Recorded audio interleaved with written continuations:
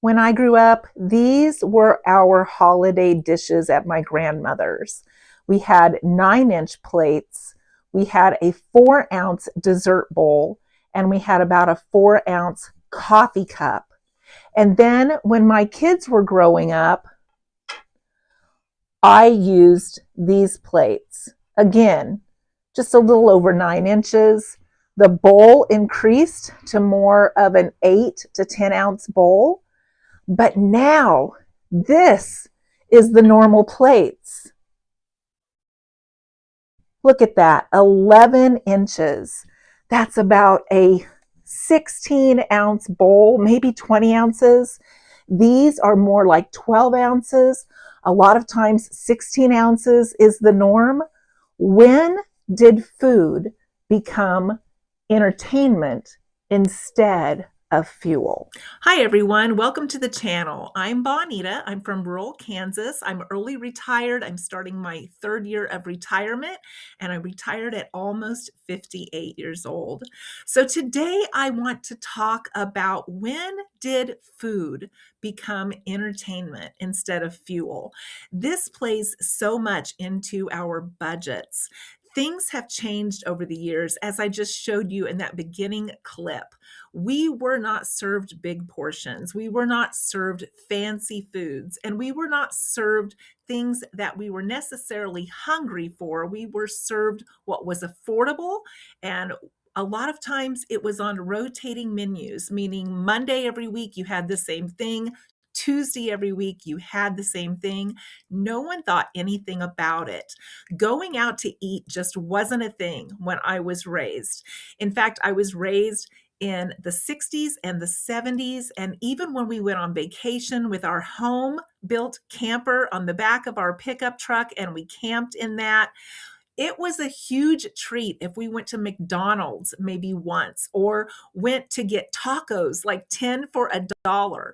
The rest of the time we cooked everything in the camper. The rest of the year we didn't eat out. We lived in the country. Restaurants weren't around where we lived at, and it wasn't in our budget. So it just wasn't a normal thing that we did.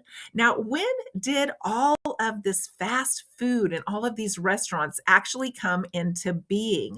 White Castle hamburgers started in Wichita, Kansas in 1921, and it was one of the first low cost hamburger places or fast food places that were around. The Harvey House, which you've probably heard about, was in the 1870s, and it was the first restaurant chain. And a lot of towns had these that also had railroad stopovers. And then Nathan's Famous started in 1916. It was a Coney brand of hot dogs. A&W Restaurants started in 1919. This is a place that my dad did like to go once in a while and get a root beer float when we were on vacation. I was never fond of root beer, so I didn't care about this stopover. And then Howard Johnson's started in 1930, and Dairy Queen came around in 1940. Those were the early groundbreaking restaurant and fast food chains. Now, when my mom and dad were dating, a date didn't look like going out to eat because these things just were not around, and they weren't raised with them, and they didn't do it. They would go to what they would call a picture show, which is what we call a movie nowadays. They would pay pennies to see this picture show and then go afterwards and pay pennies for an ice cream cone. And that's what dates looked like back in the 40s when my parents were dating. McDonald's also started in 1940 and Burger King in 1954. Now, when I grew up, we had a large garden. We butchered our own meat. We were farmers. And so things that we purchased at the grocery store were far and few between, just a few things that we couldn't get. And dairy came from one of our local neighbors, and it was self-serve, self-pay. We took our own glass gallon jars and filled them up in the pump house. So growing up, we didn't have a lot of snacks. Snacks were not a thing. When my kids grew up, I remember there being like a snack time in the afternoon at school. There was milk in the afternoon at school. We also had milk in the afternoon when I grew up and went to school. But at home, there were no snacks on a normal day. If you were really hungry when you came home after school, you could get a slice of cheese, maybe a glass of milk, maybe an apple if we had one from the orchard, but there wasn't prepackaged snacks and there wasn't snacks just readily available that you could go to a cabinet and pick out of like kids do today. And my brothers and my dad grew up eating saltines in milk like they were cereal. This is something I've never tried. It never looked good to me, but my brother and my dad both ate them until the day that they both passed away. They loved them. My second oldest brother, who was born in 1954, also ate them. And I asked him, "Did you like it?" And he said they were pretty good. He said it's something that we ate when money was short. Now, I don't know if that is completely true because my dad still ate them into his 70s, and my brother also ate them later in life. And they really enjoyed them, and it was something that they would pull out when they were hungry for a snack before bed.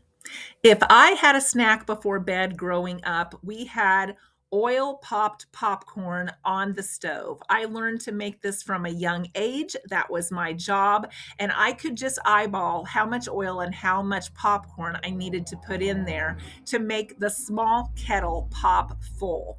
We didn't have huge bowls of popcorn back then. If you had just a couple of cups of popcorn, that was a serving. Nowadays, the microwave popcorn is about 4 cups, which is double. Everything over the years has gotten bigger and bigger and bigger. We didn't have obesity back when I grew up. Everybody was very thin, including me. In fact, I got made fun of for being so thin in high school that they called me Bony Nita. And part of it was because I grew so fast. I was 5'10.5" by the time I was 14 years old.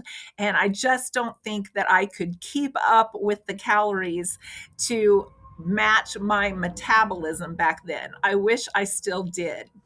But desserts looked so different when I was growing up. We had desserts on holidays, but we rarely had desserts at home. We rarely had sweet things. It was a real treat if mom would make pudding on the stove, cooked pudding, put it in those 4-ounce bowls, add just maybe 5 or 6 mini marshmallows to that, let them melt, and we would have that as a dessert. But that was so rare. Saltines with a little bit of leftover chocolate frosting in between them to make a sandwich, that was everyone's favorite between the salty and the sweet. And also, bananas sliced up in a little bowl of milk with a sprinkle of sugar. That's what desserts looked like when I was growing up. We didn't have them hardly ever. So those were a real treat. And we didn't even question the fact that we didn't have desserts often because it just wasn't normal. We grew up with some simple meals as well. Hamburger fried on the stove and minced up and then put into a cream gravy over mashed potatoes would be a meal. Leftover rice with some milk, cinnamon, and sugar in the morning could be breakfast. And simple sides like peanut butter on celery or lettuce with a sprinkle of salt was our sides because we didn't have salad dressing growing up in my house. Food looked totally different when I was growing up. It wasn't something that we thought about a lot. Now I find that people think about what they're going to eat, what their next meal is going to be, and they put a lot of energy into what they want to eat. When I grew up, I don't remember ever thinking about what I wanted to eat. It was just supper time. You got called in from whatever you were doing outside. You sat down and you ate. and it was over. It was a simple daily task like any other task that you had. It wasn't a big event. It wasn't even necessarily something that you looked forward to. It was just something that you knew you needed to do to live. And we would go in and eat our meals. And sometimes I would even forget it was mealtime, but mom would say, no, you have to come in. It's mealtime. And that is the difference between the way food was looked at when I was growing up and the way that it is looked at now. Now, if you think about going out and doing something, it almost always revolves around food, where you're going to eat, what you want to eat, what sounds good. And eating out is a huge part of going out today. Anniversaries are celebrated, going out to eat. Birthdays, holidays, all revolve around food.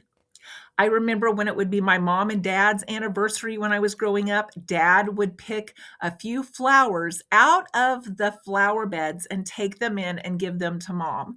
That was the anniversary gift. He always said that it meant more if you picked them yourself than if you purchased them.